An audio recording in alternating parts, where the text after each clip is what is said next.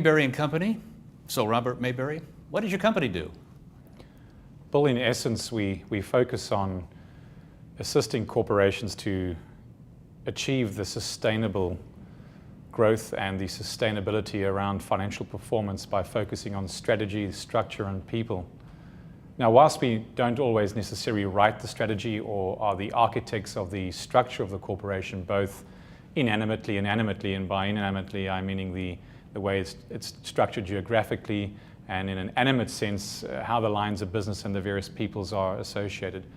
We do, in the sense, once we understand the strategic direction, the structure, and the people, we bring specific business processes to the corporation. We generally are asked to work with corporations at the board level. It would generally be a chairman of the board or a chief executive officer who would want to engage the organization, or in my particular case, myself, to assist. And that assistance, as I said earlier, is principally driven towards becoming a more sustainable organization, not just fiscally, but for the multiple stakeholders who it represents. Now, we would generally move off a very sound research and development base, so to understand what the organization does, its history, and what it wants to achieve going into the future. We will then focus particularly on the capability of an organization's top structures. So depending on size and scale, it might be the top 25, it might be the top 50, it might be the top 100. Why are we curious on those executives? Well, history has told us, and our experience has taught us, that many organizations expend significant dollars crafting strategy. What they don't do particularly well is analyze and study whether they have the right executives to execute that strategy. And that's one key area we focus on, is enabling the board and the CEO and all the executive leadership team to help understand what is the range of their capability. Is the current capability right-sized to execute the chosen strategy? That in itself is a significant study. We undertake a number of different methodologies to achieve those outcomes, report back to the board and the executive leadership team on our findings, and then put a corrective plan in place for them to adopt and execute and implement, which we oversee for a specific period of time. The idea of picking the right CEO, vetting the CEO, is that a differentiator for your company? Very much so. It's a very controversial exercise to become involved in. I'm very careful as to which particular roles I may personally choose to become involved in. They're generally very political, and they generally involve a number of other third parties who can become somewhat territorial about people like myself or my organization becoming involved. But it's certainly part of our provenance. What are the core areas of focus for the company? The key areas, so first and foremost, is around that capability assessment and the development. So we don't just stop once we've identified what range of capability exists in the organization. Part of that plan is also to focus on individual development, very tailored, very bespoke to the individual and the collective, so the various teams. Always under the aegis of the strategy. So it's not identifying the development of executives in isolation. So, in other words, if there is no improvement in the individual or the team by virtue of development, and that means in actual performance, then no reason exists. Too many corporations waste hundreds of millions of dollars on developing executives and or leaders without a targeted focus.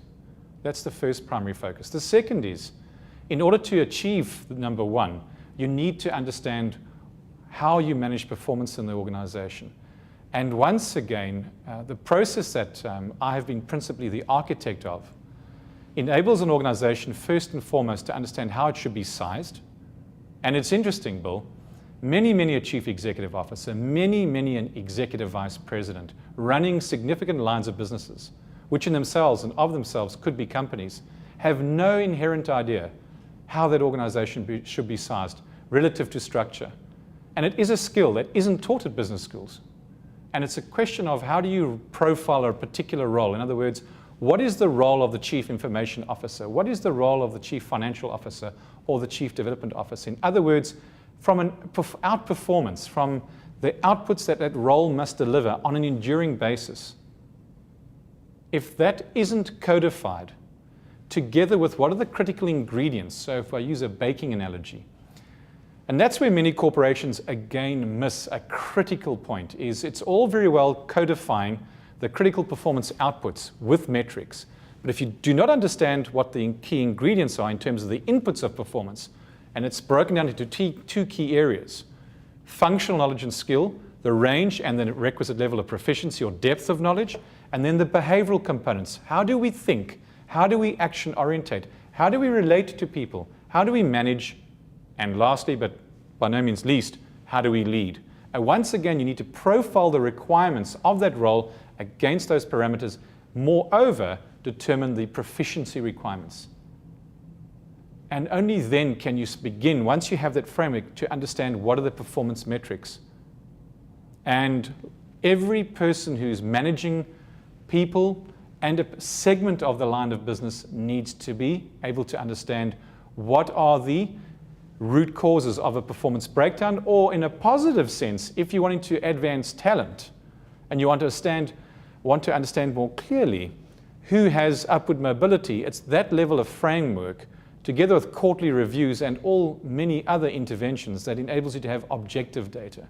Too many corporations make decisions on subjective data. So our intellectual property helps you size your organization, monitor performance at an individual and team level and divisional level, and it embeds a culture of performance, peak performance. It doesn't tolerate free riders, but it's got soul. And it has a global perspective. You operate around the world. I would think that too would be part of your value-added proposition. It is, and I'll tell you why. One of the vexed and many vexed issues that governments, large corporates, global corporates who have that big reach are struggling with this issue is how do you develop global leaders? And unless you understand the different nuances of the different countries and the different cultural idiosyncrasies, and you don't embed that in terms of how you develop your talent and understand the adaptability levels of upwardly mobile executives, you more than often are going to get it wrong. One other thing I know that your company is directly involved with is boards, all the work that you've done with boards. Tell us the proprietary approach you bring there. Well, it's a passion of mine. It's enshrined in the global crisis. It's a subject that is very dear to my heart, and the proprietary approach is where I'm really wanting institutions and corporations to bring a fresh approach to how they appoint their boards in the first instance. The most important appointment on a board is that of chair. Who is going to chair this board? It is the chair's role and responsibility to create the culture around that board and knowing how and who to select around that boardroom table. So my involvement is principally in working with current boards is how does the board need to renew itself? How does it need to ensure that it's competitive and that they are addressing the critical issues that they need to in terms of adding value?